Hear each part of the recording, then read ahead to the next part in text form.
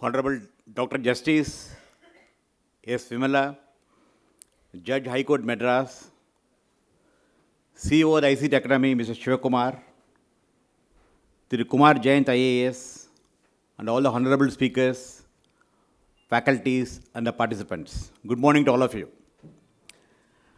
Madurai has been always have some turning moments in my life. This is where the place I attended my engineering interview and got selected. This is the place I got married. This is the place in the year 2011 when we were untouchables. The Velamal Institute gave us a platform and allowed us to speak about Kudankulam nuclear power project. So Madurai has always been special to me. Thank you very much once again for giving me an opportunity to be in front of an esteemed crowd. It's very encouraging to know that the public-private partnership, PPP, model of ICT, has taken up an important theme, the future of work, during this session. In fact, I will request during this forum actually, Nuclear Power Corporation of India Limited is operating the Kudankulam nuclear power project plants. And I am very sorry to say that we hardly get anybody from Tamil Nadu actually, the engineers. We do an all India level recruitment and people do not get qualified to work in our organization. It's a very sad part. I hope this bridge will help us in overcoming this because we do have people from all over India, but then they do have their family problems, aged parents and all that, so they would like to go back. So we would like the local talent to be a part of our program actually. My best regards and hope this session, the whole session of the day will bring insights and development of the next generation, that is talent. I will begin with the school education systems actually. Definitely, for me to stand in front of you and speak, my school has played a very, very significant role. That's how it shapes the life of youngsters. But what are all the challenges as on today we are facing? We still talk about education for all. Education for all. It's a very, very prime thing. And part of Tamil Nadu, at least I can proudly say that at least the girls' education is a very, very important factor in Tamil Nadu, and then it is taking very well off compared to our northern brothers. And still we talk about illiteracy eradication. It's irony that we talk about illiteracy eradication because still many children do not go to school. We have to make sure that every child goes to school in spite of the poverty in home and do not allow child labor. The visionaries who have executed this midday meal scheme to a large extent have addressed these issues. This is the reality, real India, what it is facing today. Also at the same time, we are also discussing about the future trends, future workforce. Just I would like to compare about electricity. The CEO was talking about a powerful man. I am only part of the team which is producing electricity. I happen to be the leader in the part of the team. My team does all the work. If you talk about electricity supply, when you do not have a reliable power supply, that is 24/7 by 365 days of electrical power supply, do we have time to bother about the quality of the power supply, what is distributed? That is, there is no voltage fluctuation should be there. Voltage at a prescribed limit without using stabilizers. Many of us women may not be aware that there are frequency fluctuations in the grid. We should aim for households without batteries and inverters. Is it there today? No. Because we don't even get power supply, so we are not having guts to talk about quality of power supply, what we are offering to the general common man. Similar analogy about education in India. We are talking about education for all, and also at the same time we will have to talk, then only we can talk about the quality of education. So there is a large gap. I hope this ICT like institutions can bridge this huge gap. I remember my younger days in Baba Atomic Research Center in 1980. I met a gentleman from Turkey. Turkey was not a very advanced or developed country. He landed in Mumbai airport. He saw the slums around Mumbai, the famous Dharavi slums. and immediately he wanted to catch the next flight and wanted to go back to his own country. Somehow people persuaded him to stay back, and during one of those conversations I had talking to him, he just asked one simple question. He told, it is very difficult to believe how can you have so much of disparity in this country. In 1980, he was telling that you are already into space technology, you are into nuclear energy, doing different forms of fundamental research and various science subjects, and your basic needs of food, shelter, and clothing is not being met. It is something I cannot believe. He says, we do have poor citizens in our country, but not this kind of poverty, this kind of bad livelihood in slums.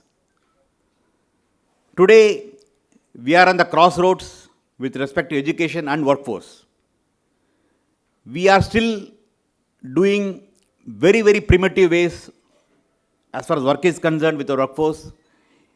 You are still talking about manual scavenging, manual cleaning of sewerages, death causing due to that. At the same time, as India, we are contributing exceptionally qualified personnel for international market. You get CEOs in Microsoft and Google from India. It's a very, very proud and very great moment for us. But see the other end. Where do the common man or whether technology has really reached everybody in this country? My proposals and suggestions are inclusivity. That is, let us take the entire spectrum, not have tunnel vision.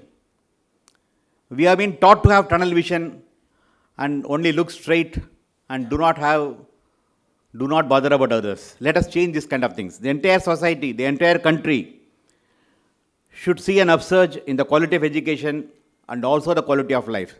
Then only as Indians we can say we are proud India, we are moving into the next century with our heads held high.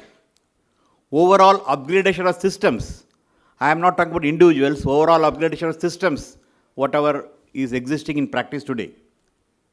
Massive changes in the curriculum to meet not only the industrial needs, but also to improve the societal needs. Massive changes. I am not talking about minor cosmetic changes in the curriculum, massive changes. Modern construction technology, minimal manual work, automation, ease of doing business with less red tapeism. Even though I belong to a government company, I know the kind of difficulties we face in getting clearances. Months passes without any clearances. If there's a project delay, it is due to many of those hurdles, and still we do in very primitive ways of clearing files and getting approvals. I am not saying that we should have checks and balances. We should have checks and balances. It is very much essential in a country like ours. But then the ease of doing business should improve. Timely completion of projects, our own project, a delayed project with a cost escalation, a timely delivery, efficient banking systems, efficient ways of methods of in agriculture, safe methodology in preserving the agricultural produce, which is driving our farmers to suicide, and distribution systems and so on. I just touch upon the leadership. How do we have to proceed further? Like a steering wheel in a vehicle, the leader has to steer his team under his able leadership to excel.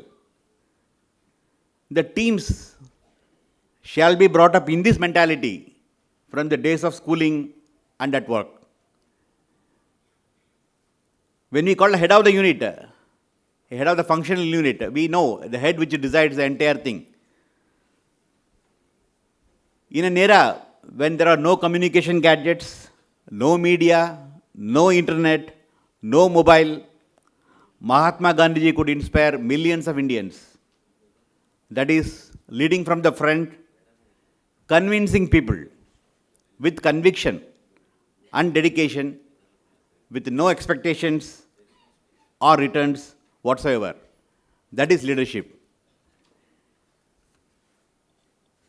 we want to progress, then we need to have that kind of leadership, that kind of talented workforce.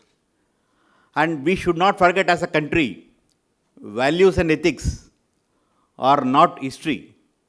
It is to be imbibed by the younger generation in the society, in the systems. Let me conclude by quoting from one of the honorable retired officer, Madam Anita Kaul of 1979 batch. Unfortunately, she is no more with us now.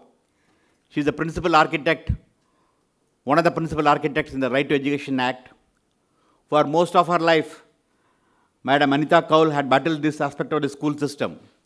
That is, one size fits all. Yardstick that is using, which is kind of, I say, one size which is used to assess the abilities of all the children in India's education, and we did not recognize that each child is unique.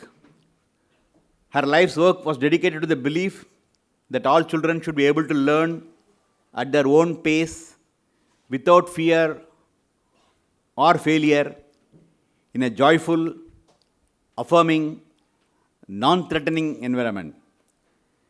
She has referred to an American rap poet, Prince Iya's short video. Very, very recently I came across that in YouTube. The People versus the School System.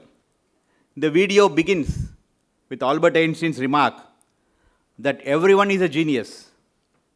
Albert Einstein's remark, everyone is a genius, but if you are going to judge a fish by its ability to climb a tree, it will live its whole life believing it is stupid. Let us watch the video. Thank you very much for the opportunity given. Thank you.